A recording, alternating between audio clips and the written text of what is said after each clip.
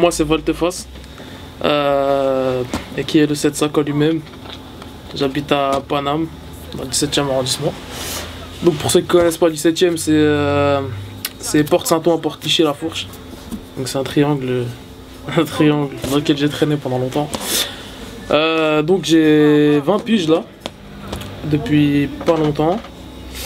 Je fais du rap depuis assez longtemps aussi, ça doit faire 7-8 ans. Et il y a mon projet qui sort le 18 mars. Donc le 7-5 en lui-même, comme je vous ai dit. On est là. Je serai pas mon froc, au discours je le connais par cœur. Si tu surlignes chaque phrase qui te choque, il faudra plus qu'un marqueur. Tu parles sur moi, pareil que je suis ce qu'il faut pas être. Salope trop pop, tu m'excites, je te paierai même pas une canette. Je suis sur la bonne voie, je vais vers une autre planète. Même si t'es anorexique. Alors en fait Volteface, si tu veux, mon blaze, il a pas vraiment de sens si tu veux, tu vois. En fait, à la base, moi je m'appelais Volt, tu vois. Et il manquait la partie, le mot d'après si tu veux, tu vois. C'est-à-dire Volt ça sonnait bien, mais vas-y c'était pas assez frappant. Et Volteface, je sais pas, ça m'est venu comme ça, tu vois. Et je trouve que ça sonne bien, tu vois. Donc je me suis appelé Volteface jusqu'à aujourd'hui, et voilà, les gens ils aiment bien, et même moi-même j'aime bien, ça sonne bien, donc voilà, tu vois. Pas vraiment de sens, tu vois. Ouais. T'en as marre de bosser, tu réfléchis, tu médites, vas-y retourne sucer des bites. Moi à la base, je suis pas trop un mec qui fait des sons, tout ça, tu vois. À la base, moi j'ai voulu me faire connaître en faisant des freestyles. J'ai commencé par faire des freestyles donc dans mon quartier. Par un caméraman, enfin même un site Demolition. Donc Demolition qui est en fait beaucoup les petits qui sont pas encore connus, tu vois. Même les grands, enfin voilà. Les gens qui essayent de se faire connaître, Demolition, c'est lui qui m'a vraiment apporté une façon de me faire connaître, tu vois. Et donc j'ai commencé à faire des freestyles avec lui, j'ai commencé à faire des freestyles en featuring, on va dire, avec certains artistes, comme Aboutal, comme La Mafia The Tray, comme Mika Mikaz, mon gars, comme Islam C.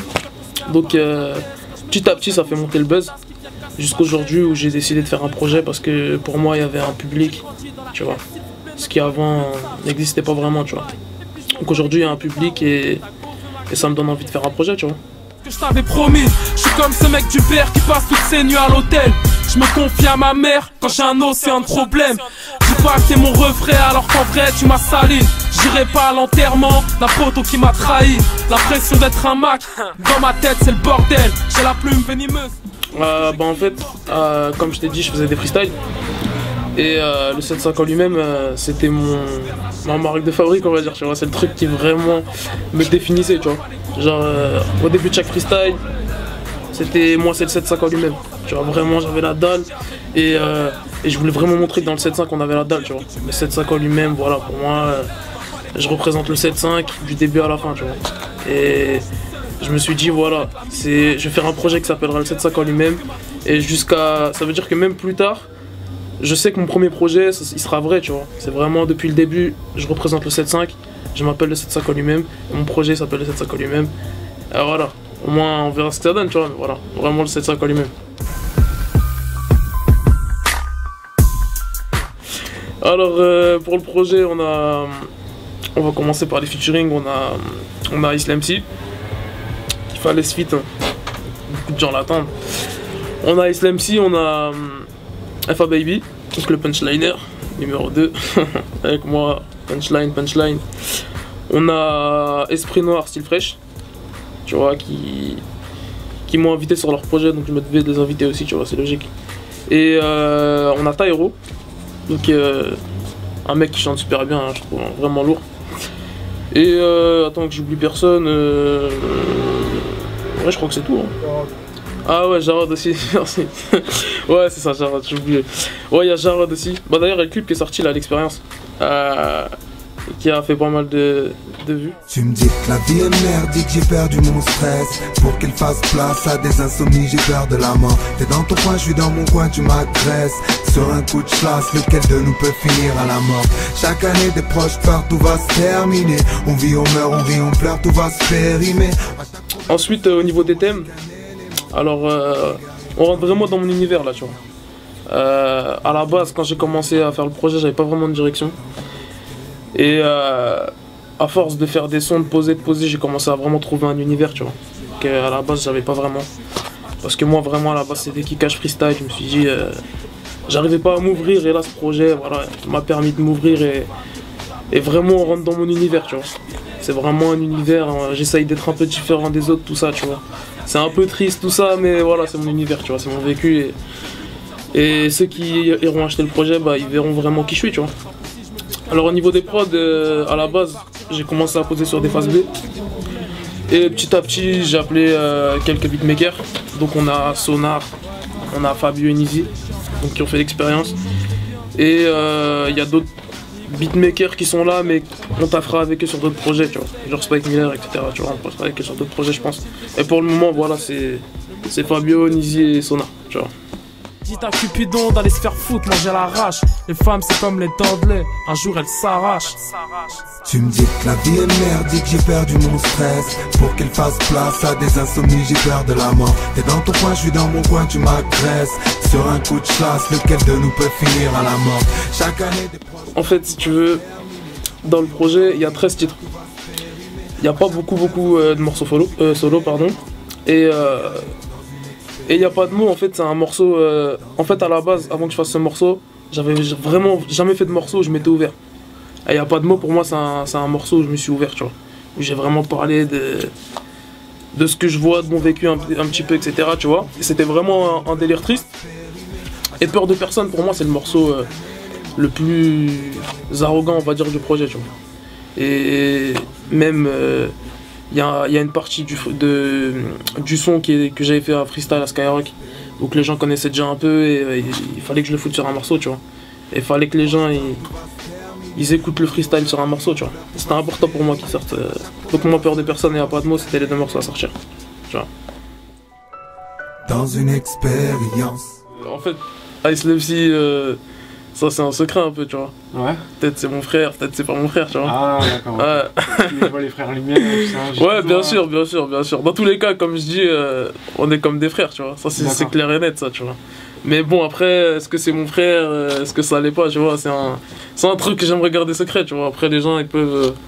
En fait, ils sauront vraiment jamais. Tant que ça sortira pas de nos bouches, qu'on est frères, ils peuvent pas savoir si on l'est ou pas, tu vois. On peut dire aux gars de nos quartiers, ouais, tout ça, vas-y, dites à tous ceux qui vous posent la question, on est frères. Ou l'inverse, dites qu'on n'est pas frères. Mais jamais de leur vie, si tu veux, si on sort pas nos cartes d'identité, ou que ça sort pas de nos bouches, ils sauront si vraiment on est frères. Si t'es mon poteau, avec moi dans chaque épreuve, couvre-moi. Alors, Esprit Noir et Fresh, c'est... En fait, quand j'ai commencé à poser dans le studio, je connaissais déjà un peu Esprit via Facebook, tu vois, on s'était déjà parlé et tout. Mais on se connaissait pas vraiment. Et Fresh, en fait, je les avais juste croisés au 50R de Goom Radio. C'était une interview avec plein de rappeurs, tout ça, tu vois, des freestyles et tout. Et on était tombés dans le même cadre horaire, donc on s'était un peu parlé, tu vois. Et donc, quand je les ai revus ici, on a commencé à vraiment bien se connaître, tout ça, tu vois. Et aujourd'hui, bah, on a une bonne relation, tu vois. Ça veut dire, bon, voilà, on s'entend bien et tout. Et même on se donne des conseils sur nos sons, on écoute un peu ce qu'on fait, tu vois. Donc voilà, pour moi c'est comme la famille, tu vois. Donc je devais les inviter, même 2 fois, tu vois, pas de soucis, pas de problème. Quand j'ai une galère, Si c'est mon poteau, je le saurai avec le temps. Comme je disais, il y a beaucoup de gens qui veulent pas, on dirait, faire partie de cette nouvelle vague, tu vois. Dans le sens où ils veulent vraiment être sortir du lot. Genre ils viennent d'arriver et pense déjà faire la différence, etc. Pour moi, en fait, un rappeur qui vient d'arriver, il est forcément de la nouvelle génération. Dans le sens où tu viens d'arriver, tu peux pas te permettre de dire que je suis pas de la nouvelle génération. Donc pour moi, c'est vrai qu'en ce moment, il y a beaucoup de rappeurs qui sortent, etc. Il y a vraiment une nouvelle vague qui arrive et c'est un peu la guerre, hein, tu vois. Mais c'est kiffant, tu vois. Je kiffe, moi, tu vois. C'est une concurrence amicale, on va dire. Je kiffe. Alors, ça fait plaisir, ça veut dire que le rap il est pas mort et qu'il y a une nouvelle vague qui va arriver peut-être sur 5-10 ans, on sait pas, tu vois. Même si notre amitié fait l'ascenseur, je serai dans tous les cas sincère, je ferai jamais la cour. Alors en fait, Paris, si tu veux, c'est mon rap. Tu vois, ça veut dire Paris, c'est vraiment... Déjà, je kiffe trop Paris, tu vois. Ça, c'est un truc, je kiffe trop Paris. Ça veut dire que tu m'envoies en vacances aux Bahamas, je vais vouloir revenir à Paris au bout de 2 semaines. Tu vois ce que je veux dire? Paris, c'est vraiment, je kiffe. Et tout ce que j'ai vu à Paris, tout ce que j'ai vécu à Paris, il est dans mon rap. Donc en fait, mon rap, c'est Paris, c'est pour ça que c'est le 750 lui-même d'ailleurs. Tu vois. Moi je kiffe Paname, je représenterai toujours Paname, même si j'habite à Miami comme les autres là, trop Paname, tu vois, pas de soucis. Hein. C'est Paname. Dans le 9e, ils sont grave techniques. Dans le 17, on est un peu technique, un peu punchline. Dans le 20e, ils sont plus punchline, tout ça, tu vois, vraiment, mais ça vit, tu vois. Paname, c'est vraiment la ville où le rap y vit. Que ce soit en banlieue, mais vraiment Paname, tu vois. L'Île-de-France, c'est là où ça bouge vraiment, tu vois. Et si tu veux vraiment kicker, il faut monter sur Paname et faire tes preuves, tu vois. C'est à Paname que ça se passe. À l'école c'était la merde, je traînais pour aller pêcher. Les keufs essayaient de nous laver, je passais mes journées à sécher. Négro ça vient de Paname, je passe mes nuits à l'hôpital. J'écris des trucs de malade, quand je suis perdu dans ma tête, je prie ou bien je me balade. Ouais, je fais des livres qui parlent de bouffe. Alors pour moi, le mot rap, si tu veux, en fait, le rap c'est un truc où on raconte ce qu'on vit. Et pour moi, faut faire passer un vrai message. Tu vois, parce que si tu fais du rap pour faire du rap, ça sert à rien. Pour moi, ça c'est sûr. Après, bon, le rap il évolue, tu vois, par rapport aux années. Il y a 10 ans, le rap c'était vraiment rue. Aujourd'hui, bon, on peut chanter et tout ça, tu vois. Mais le rap pour moi, ça reste une base. Et la base, c'est de faire passer un message, tu vois, à des gens qui sont dans le même cas que toi. Et même si tu t'en sors, en vrai, si tu arrives à vendre et que tu arrives à tout niquer, pour moi, il faut garder ce message, tu vois. Et il n'y a que le rap qui fait que vraiment on peut se dévoiler, tu vois. Parler et que les gens ils soient à l'écoute et que voilà, on puisse vraiment sortir notre discours au grand public, tu vois ce que je veux dire. Donc pour moi c'est ça en fait. Le rap c'est vraiment raconter son vécu, tu vois. Parce que j'ai peur de personne, ouais j'ai peur de personne. Ça veut dire que ça fait des années que je les écoute mais ça bouge pas en fait. On a du Kerry, on a du Cynic, on a du Salif, tu vois. Du Rof, du Booba, même à l'heure d'aujourd'hui j'aime bien écouter Youssoupha, tu vois. Pour moi il est vraiment fort ce que met aussi, donc après il y a du rap carré un peu, tu vois. En fait en ce moment je suis grave sur un rappeur, c'est Peshati, tu vois, donc lui il me rend ouf, il met des baffes à chaque fois qu'il rappe. A$AP Rocky aussi j'aime bien, Kanye West, tu vois, il a des bonnes vibes, Jay-Z pareil. Voilà, après j'aime bien écouter des fois des sons à l'ancienne, à Biggie, Tupac, tu vois. Pour moi c'est important de les écouter aussi, tu vois. Ça s'entend d'ailleurs quand je rappe. Je suis pas un mec à flow, etc. Tu vois, je suis vraiment un mec basé sur la plume, mais c'est à Paris, enfin c'est en France, pardon, que y a que le rap français qui peut me donner ça, tu vois. Je vais pas traduire chaque texte que j'écoute en carré, c'est relou, tu vois. Voilà, pour moi c'est ça en fait. Pour dire que tu m'aimes, n'attends pas mon deuil. Je parle pas l'ego, mais quand j'en croise une, je lui tape dans l'œil. Pour le moment, je suis seul, j'avance avec la MIFA. Et je tiens avec mon cœur tout ce que ma bouche ne dit pas. Pour dire que tu m'aimes, n'attends pas mon deuil. Je parle pas l'ego, mais quand j'en croise une, je lui tape dans l'œil. Pour le moment, je suis seul. Si je devais donner un titre d'album que dernièrement, vraiment je saigne, en fait il y a 2 albums. Il y a CV de Salif, que j'ai pas mal saigné, tu vois. Il y a... comment il s'appelle cet album, putain. Il y a Mauvais Oeil de Lunatic que j'ai pas mal saigné assez dernièrement, tu vois. Parce que c'est du rap qui se fait plus, tu vois. Et je sais pas, ça me manque un peu, tu vois.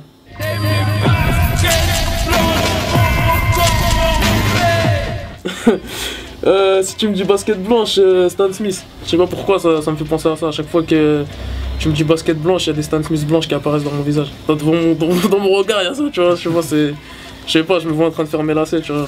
Je te jure.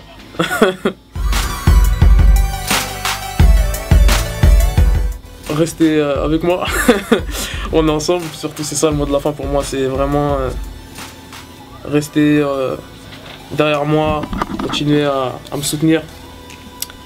J'espère vraiment que le projet va vous satisfaire, tu vois. Faut pas oublier que ça sort le 18 mars, que j'ai bossé pour faire ce projet, que je vais essayer de pas changer avec le temps, tu vois. Et que voilà, j'espère que mon public sera toujours derrière moi, tu vois. Et en tout cas, voilà, moi je resterai pareil, on est là, on représente toujours les 7-5 et ça bouge pas, tu vois. Et une casse d'aide à basket blanche, Stan Smith.